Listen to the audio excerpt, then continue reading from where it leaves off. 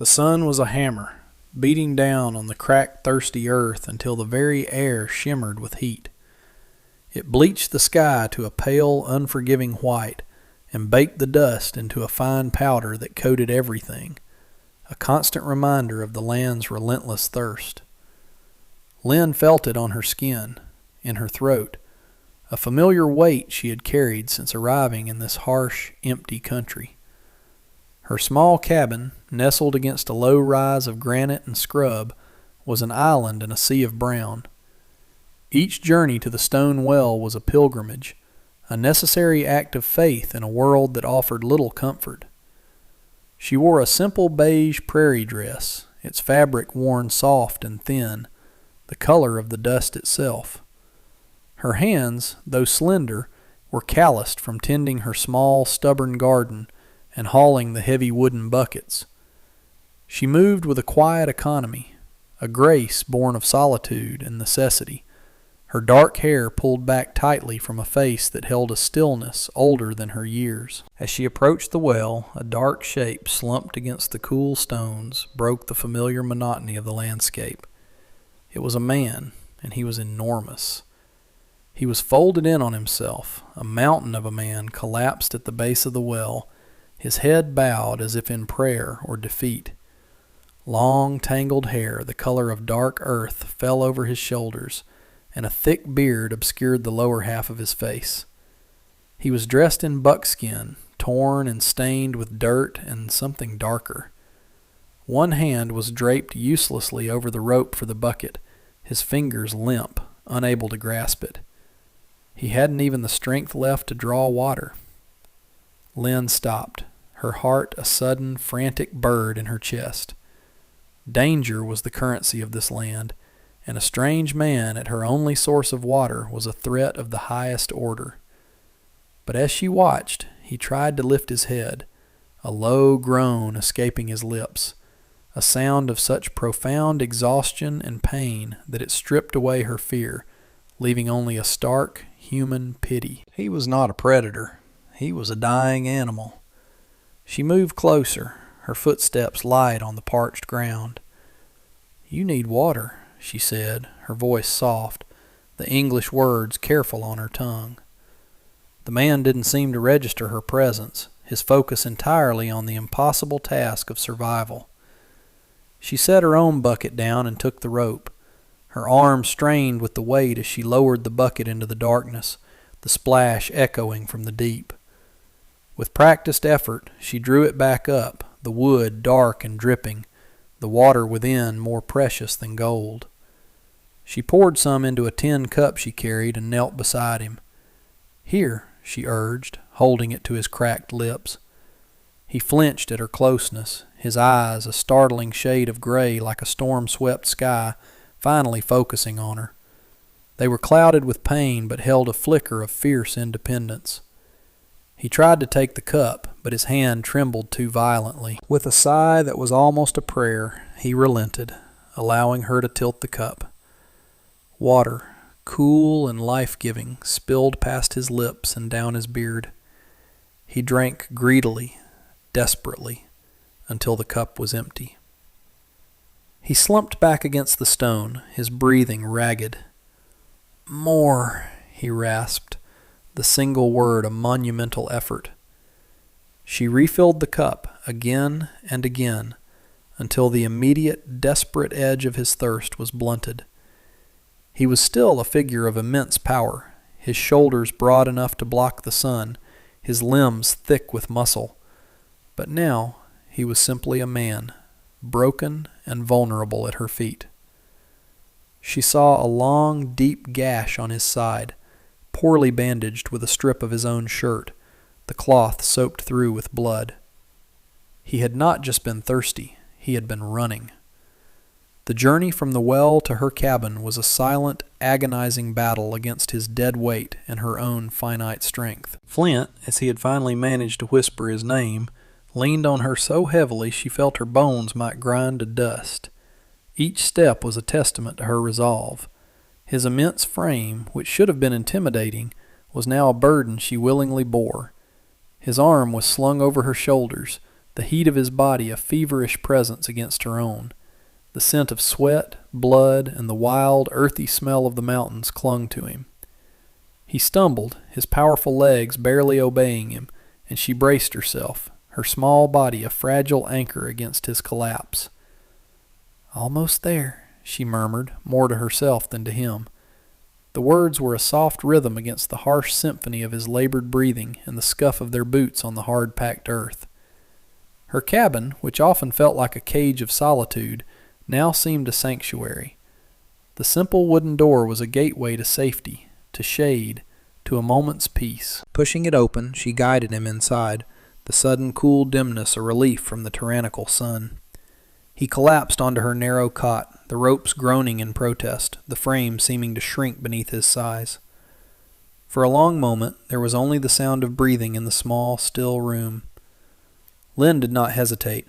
She moved to the hearth, where a pot of thin broth was always kept warm.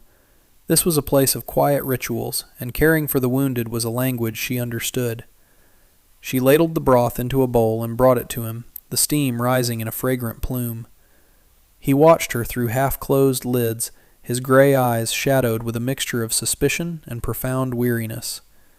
He was a wild creature brought to ground, uncertain if the hand that offered succor would soon become a fist. "Eat," she said simply. He pushed himself up on one elbow, his muscles cording with the effort. He took the bowl, his large, calloused hands dwarfing it. He ate slowly, deliberately, as if reacquainting himself with the act of nourishment. When he was done, he handed the empty bowl back, their fingers brushing for a fleeting instant. It was the first touch not born of necessity, a spark of connection in the charged silence. Then came the wound. She heated water and brought it with clean rags. "I must," she said, her gaze steady, asking for permission he was too weak to withhold. He gave a curt, almost imperceptible nod. She carefully peeled away the makeshift bandage, her movements gentle but firm. The gash was long and angry, inflamed at the edges, but thankfully clean of deep infection. He had been lucky. As she cleaned the wound with a cloth soaked in an herbal infusion, he hissed, his body going rigid, but he did not pull away. He watched her face, her expression one of utter concentration. He saw not pity, but purpose. In her quiet, methodical care there was a strength he hadn't encountered before, not the brute strength of men who fought for dominance, but the enduring, resilient strength of a lone tree on a windswept ridge. When she was finished, she applied a poultice of crushed leaves and bound the wound with clean strips of linen torn from one of a few spare cloths. Her work was neat, efficient. His pain began to recede, replaced by a deep, bone-settling exhaustion. "Lynn," she said, finally offering her own name. "My name is Lynn." He met her eyes. "Flint," he repeated, his voice a low rumble. He lay back, the fight finally draining out of him, and surrendered to the encroaching darkness of sleep.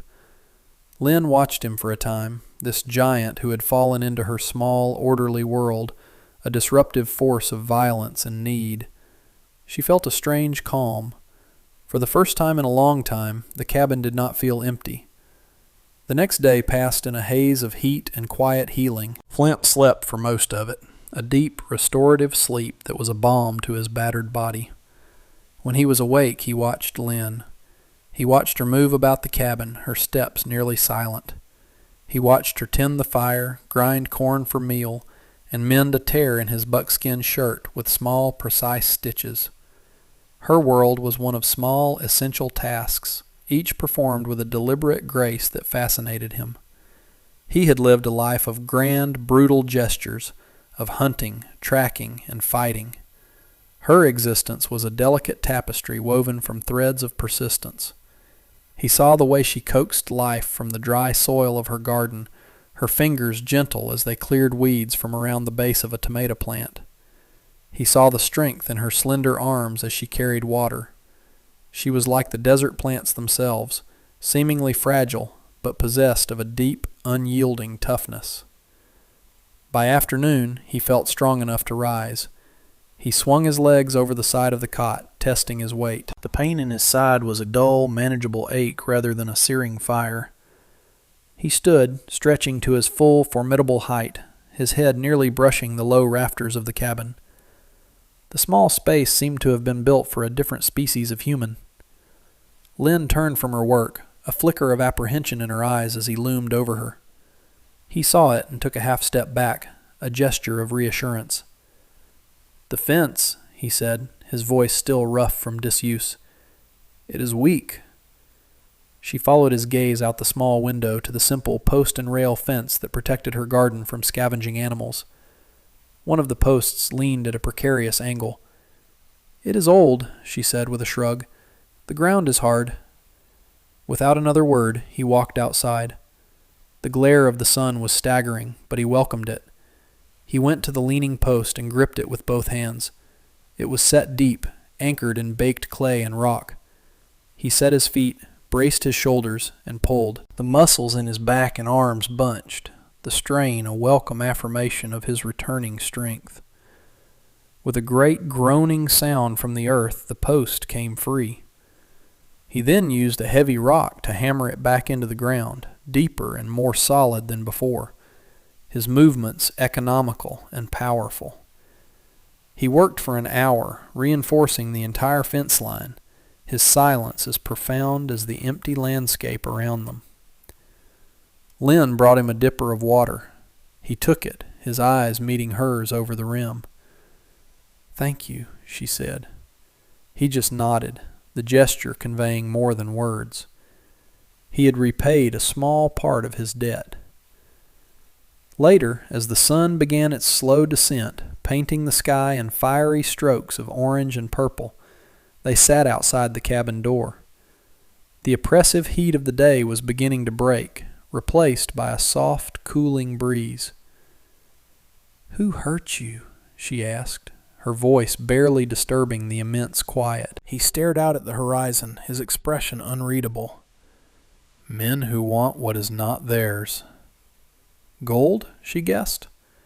He gave a short, harsh laugh. "Land, water, everything." He turned to look at her, his gray eyes searching her face. "Why are you here, alone?" A shadow passed over her features. "My family. They did not survive the journey to build the railroad. This was as far as I could go. This place, it does not want me, but it lets me be." He understood that sentiment completely. The wilderness did not care for you, but it did not judge you either. It was an honest adversary. They sat in a comfortable silence, two solitary souls finding a strange and unexpected companionship. He was a man of the mountains, she a woman from a distant shore, yet here, on this small patch of unforgiving land, they had found a common ground. The loneliness that had been his constant companion for years felt less sharp, its edges softened by her quiet presence. He was still a stranger, and she was still a mystery, but a fragile thread of trust had been spun between them. The morning broke clear and quiet, the familiar peace settling over the small homestead. But peace in this land was a fragile commodity, as easily shattered as a thin pane of glass. It was the sound that came first, a low, distant drumming that was not thunder. Flint heard it before the dust was even visible, his body tensing, his senses instantly on high alert. He had been living with this sound in his memory for days, a prelude to violence. He stood, his hand instinctively going to the empty space on his hip where his knife should have been. Lynn came to the doorway, wiping her hands on her apron, her brow furrowed. "What is it?" He pointed to the horizon. A brown smudge was growing, spreading like a stain against the pale blue sky. It was not the signature of a lone rider or a passing stagecoach. It was the dust of an army. "Barlow," he said, the name a curse on his lips. "You must go. Hide in the rocks." His voice was urgent, a low command. He started towards her, intending to physically push her toward the safety of the granite outcrop behind the cabin. But she stood her ground, her chin lifted in a gesture of quiet defiance he was coming to recognize. "No," she said, her voice firm. "This is my home. I do not run from my home." A fool's courage, he thought, but he could not help but admire it. The drumming grew louder, resolving into the distinct thunder of 100 shod hooves pounding the earth. They came over the rise, a wave of men and horses, dark shapes resolving in the shimmering heat. They were a posse, a hunting party, and he was their prey. At their head rode a man on a big black stallion, a man whose physical presence was almost as large as Flint's own. He had a florid face, a thick neck, and eyes as small and cold as pebbles. This was Marcus Barlow, a man who believed the world was his for the taking. The riders fanned out, surrounding the small cabin in a wide, menacing circle, their horses kicking up dust that choked the air. They were a mix of hard-faced ranch hands and hired guns, their expressions ranging from cruel amusement to bored indifference. They sat their horses, a silent, intimidating wall of force. Barlow rode forward, stopping just a few yards from the cabin. He ignored Flint completely, his dismissive gaze falling on Lynn. A slow, contemptuous smile spread across his face. "Well, what have we here?" he boomed, his voice thick with arrogance. "Look what the cat dragged in. Didn't know we allowed your kind to squat on decent land." Lynn did not flinch. She stood perfectly still, her hands clasped before her, her dignity an invisible shield. "This is my land," she stated, her voice clear and carrying in the sudden silence. "I have the papers." Barlow laughed, a harsh, ugly sound. "Papers?" he mocked. "A piece of paper doesn't mean anything out here. Power means something, and I have the power." His eyes finally shifted to Flint, the smile turning into a predatory sneer. "And you worthless dog. I knew you'd crawl into some hole to die. I just didn't figure it'd be this one. I want the map, Flint. Give it to me, and I'll let you die quick. I might even let the girl live." Flint stepped forward, placing his body squarely between Barlow and Lynn. He was unarmed, wounded, and outnumbered 100 to 1, but he stood as immovable as a mountain. "This has nothing to do with her," he said, his voice a low growl. "Leave. Now." Barlow's sneer widened. He clearly relished the confrontation, the sheer imbalance of power. "Brave words from a man with nothing left," he taunted, his voice carrying to his men, playing to his audience. "You were always like that, Flint, all stone and no sense. You think you can protect her? Look around you. I own this valley, every rock, every blade of grass, and every person in it, and that includes her, if I decide it does." He spat on the ground near Lynn's feet, a gesture of ultimate contempt. A ripple of cruel laughter went through the assembled riders. They were a pack of wolves, sensing the kill, enjoying the fear of their cornered prey. Flint's hands clenched into fists at his sides. Every instinct screamed at him to launch himself at Barlow, to feel the man's bones break under his hands. But he held himself in check. To attack now would be suicide, and it would doom Lynn. He needed to think, to find a way out of this impossible situation. "The map is gone, Barlow," Flint said, his voice flat and devoid of emotion. "It was lost in the river. You're chasing a ghost." "Liar!" Barlow roared, his face purpling with rage. "You would have died before you lost it. It shows the only other pass through the mountains, the one that bypasses my toll road. It's worth a fortune, and you have it. Now, for the last time, give it to me, or we're going to tear this little shack apart board by board, and then we'll start on her." He let the threat hang in the air, thick and poisonous. The men shifted on their horses, their hands moving closer to their pistols, their eyes fixed on the small cabin. The circle tightened, a noose being drawn around them. The sun beat down, and the only sounds were the stamping of horses, the creak of leather, and the tense, shallow breathing of the two people standing before the door. Flint knew Barlow was not bluffing. The man's greed was a physical thing. a hunger that consumed everything in its path. He had seen him burn a family out of their homestead for a water right. He would think nothing of destroying Lynn and her small piece of the world to get what he wanted. "You have until sundown," Barlow declared, his voice dropping to a menacing growl. "At sundown, we come in. You can give me the map and walk away, or you can die with her. Your choice." With that, he reined his horse back, rejoining the circle of his men. They dismounted, setting up a loose but inescapable perimeter. They were settling in for a siege. Flint pulled Lynn back inside the cabin, shutting the heavy wooden door behind them. The small room was plunged into shadow, the only light coming from the single window. Outside, the world was filled with enemies. Inside, there was only the two of them and the suffocating certainty of what was to come. The cabin, once a sanctuary, had become a trap. He looked at her, seeing the fear she was trying so hard to conceal. "I am sorry," he said, the words tasting like ash in his mouth. "I brought this to you." She shook her head, her dark eyes meeting his. "You brought yourself," she corrected him softly. "They brought this." Night fell like a shroud, thick and starless.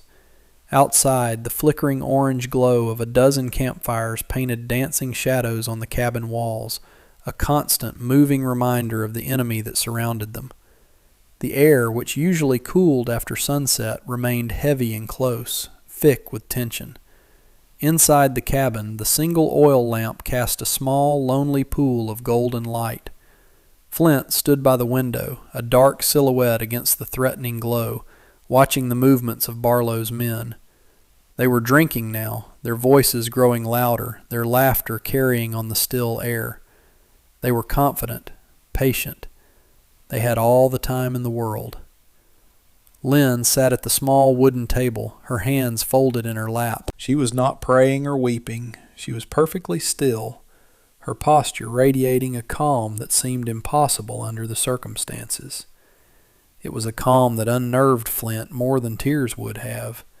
It was the calm of acceptance, and he refused to accept this. He felt a crushing weight of guilt. He had survived the wilderness, outsmarted trackers, and fought off ambushes, only to lead the wolves directly to the door of the one person who had shown him kindness. Her quiet, orderly life had been shattered by his arrival. "This is my fight," he said, turning from the window. "There is a loose board at the back. When they are drunkest, before the moon rises, you can slip out.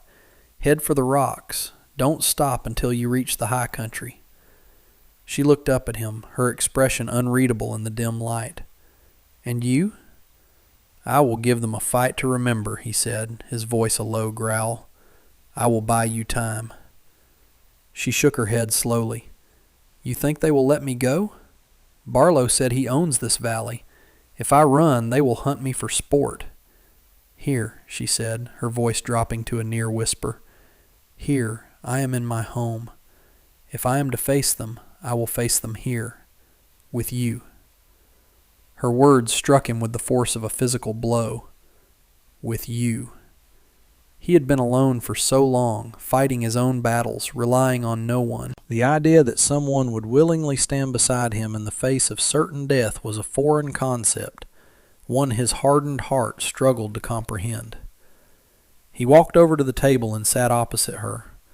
The small space between them crackled with unspoken emotions.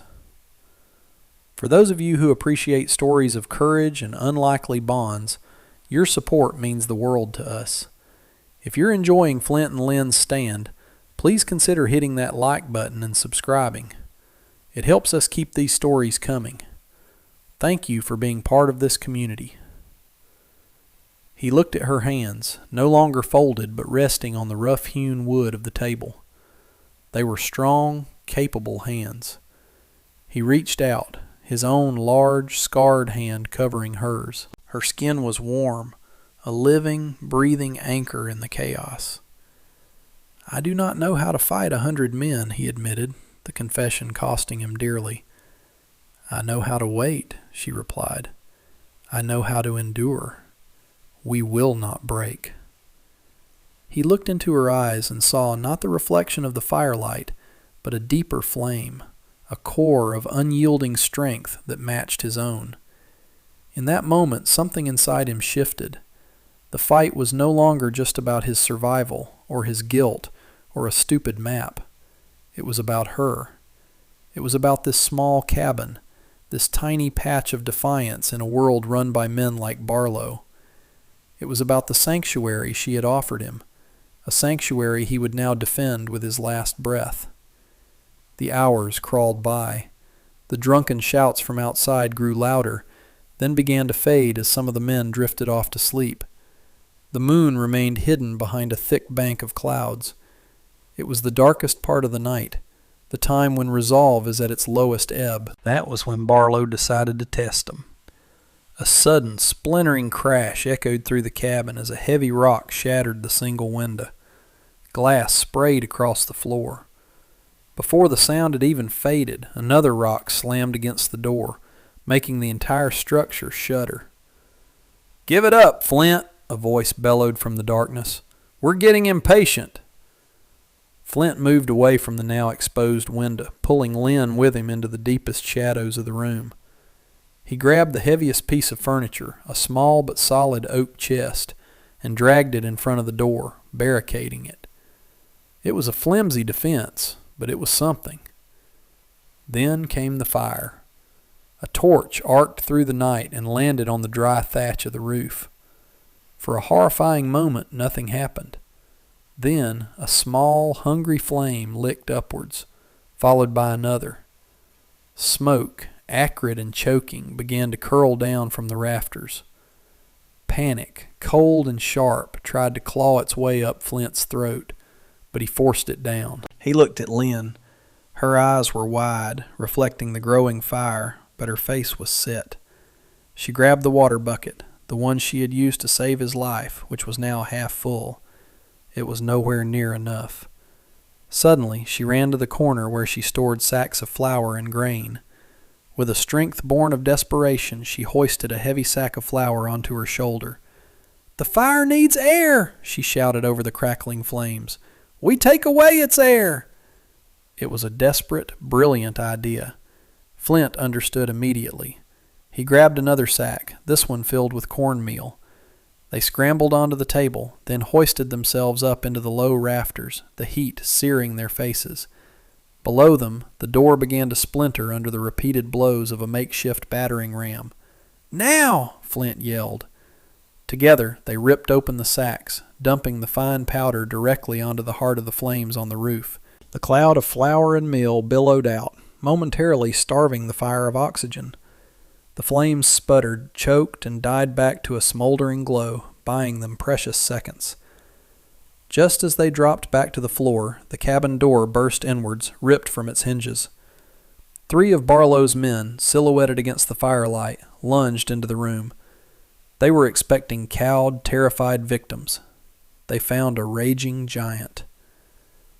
Flint met the first man with a roar, his fist connecting with a crack of bone. The man went down without a sound. The second came at him with a knife. Flint caught the man's wrist, twisting it until he screamed and dropped the weapon. Flint threw him back out the doorway into the men behind him. The third attacker hesitated, his eyes wide with shock at the sudden, savage violence. That hesitation was his undoing. Flint drove his shoulder into the man's chest, lifting him off his feet and slamming him into the far wall. The fight was brutal, primitive, and over in seconds.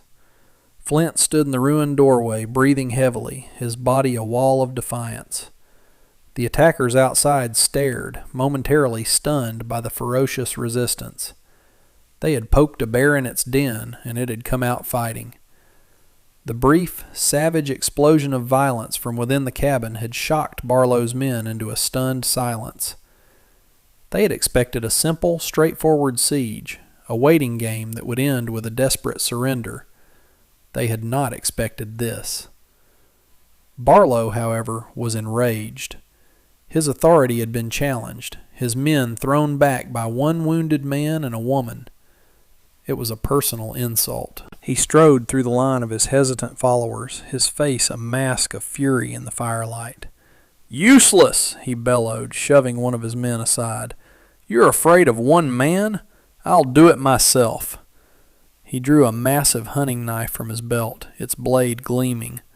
"Flint!" he roared, his voice echoing across the clearing. "You and me, right here, right now.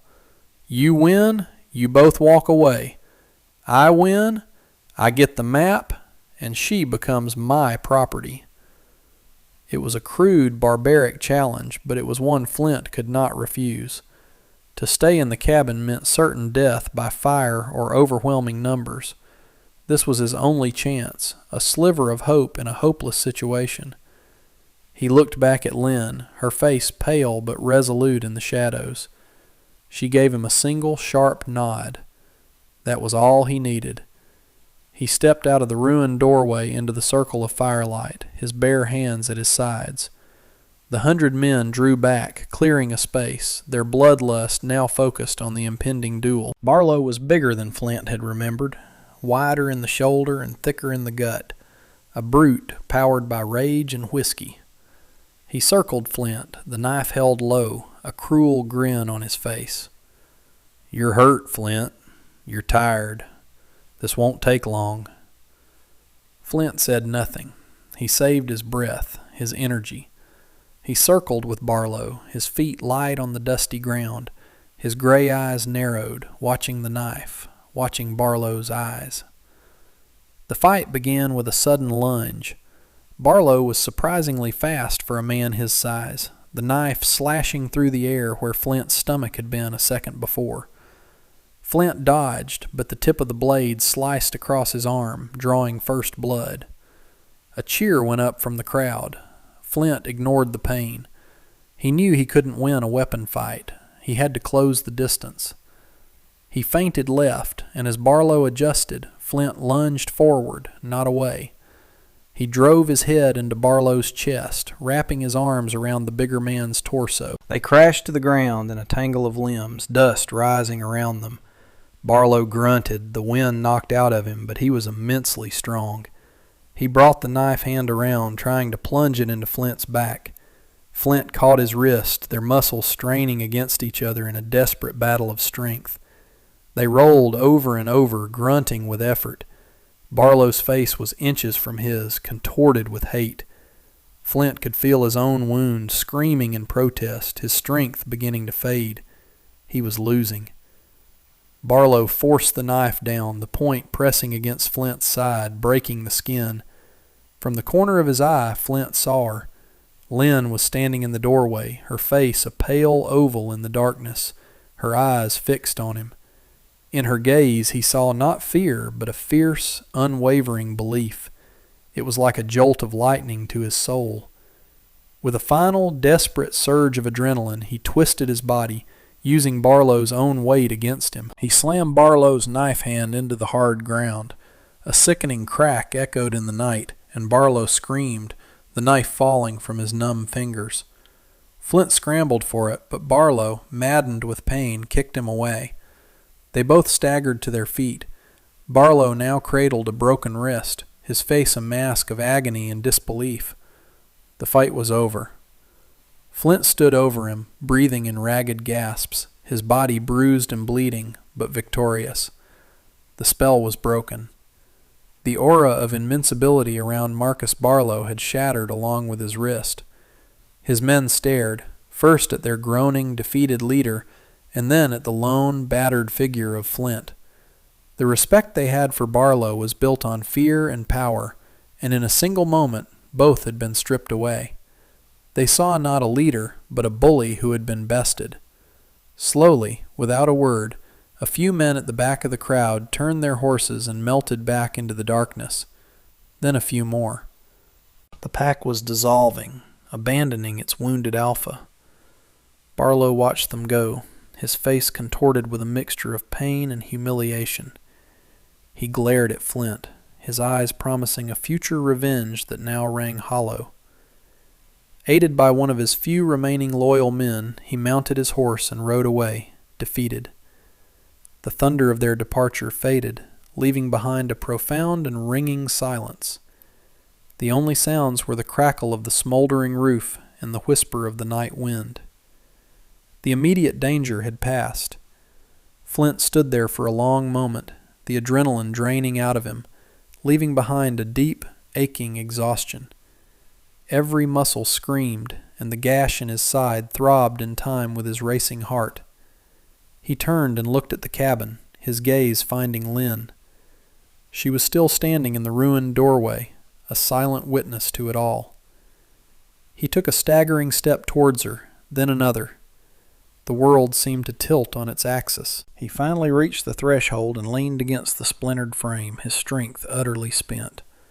She came to him, her movements swift and sure. She said nothing, but her hands were gentle as she guided him inside and helped him sit at the table.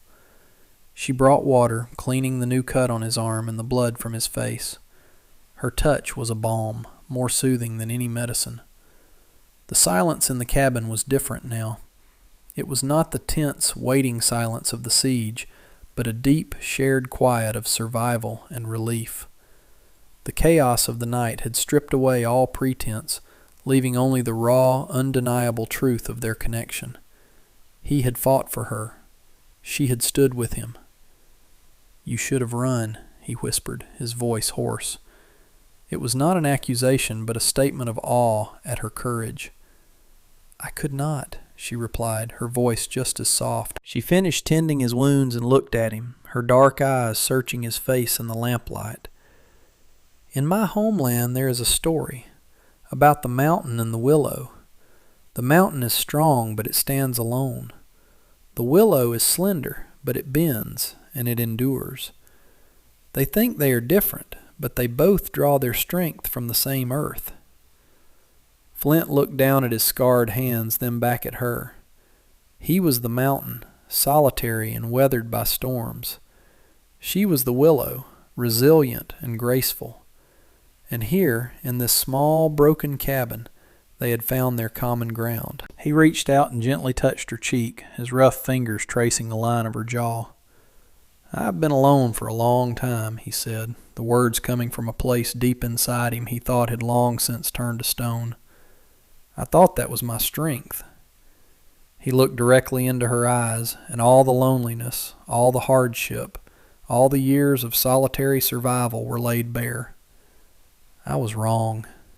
Lynn, you are my home now." A single tear traced a path through the grime on her cheek. She did not wipe it away.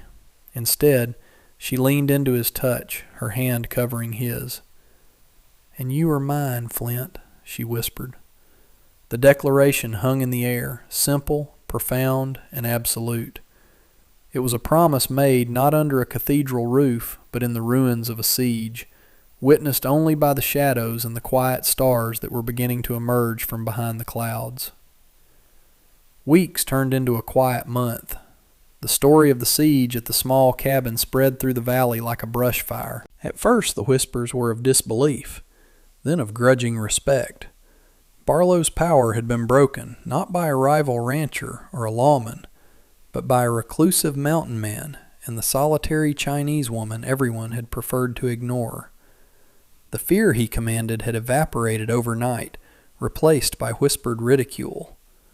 People began to change.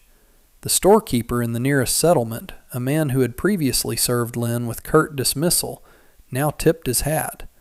A neighboring rancher's wife left a basket of fresh eggs on her doorstep with a shy, quick smile. They were small gestures, but they were the beginning of a profound shift. Lynn was no longer just an outsider. She was a fixture of the landscape, a woman of proven courage, as tough and resilient as the land itself. Flint healed. Under Lynn's care, his wounds closed, leaving new scars to map the story of that night on his skin. He never spoke of leaving.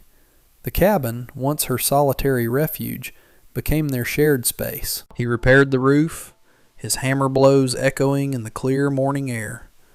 A sound of construction, not destruction. He built a new, stronger door. He expanded her garden, his strength turning the hard soil she had struggled with. They worked together in a rhythm of comfortable silence and easy companionship. He learned the language of her movements, the way she tilted her head when listening to the birds, the quiet hum she made when tending her plants. She learned the landscape of his moods, the deep stillness that meant he was content, the far-off look in his eyes that spoke of a past he still carried. They didn't need many words. Their connection had been forged in a crucible of violence and fear, and it had emerged stronger than steel. He would often watch her as she worked, and a feeling he couldn't name would swell in his chest. It was more than gratitude, more than admiration. It was a fierce, protective tenderness that felt more vital than the air he breathed. One evening, as the last rays of the sun set the western peaks ablaze, they sat on the small porch he had built. The air was cool and smelled of dust and wild sage. He had been quiet for a long time, watching the colors fade from the sky. He turned to her, his gray eyes serious. "This is a small place," he said, his voice a low rumble. "Not much to offer." She simply looked at him, waiting. "But it is my place now, too," he continued, his gaze unwavering. "If you will have me. I am not a man of many words, Lynn, but my heart is yours." He held out his hand. It was not a question, but a statement, an offering of everything he was. She looked at his hand, large, calloused, scarred, but a hand that had defended her, provided for her, and held hers with impossible gentleness. She placed her own hand in his, her slender fingers lacing through his. "The mountain does not need to offer," she said softly. "It simply needs to be. This is your home, Flint. This is our home." They sat there hand in hand as the first stars pricked the deep velvet of the sky. The world was still a hard and unforgiving place, but it was no longer empty. They had each other.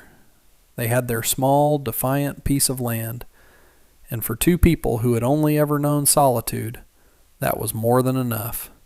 It was everything. The lonely cabin was no longer an outpost of isolation, but the center of a new world they would build together, a testament to the fact that even in the harshest soil, the most unexpected and beautiful things can find a way to grow.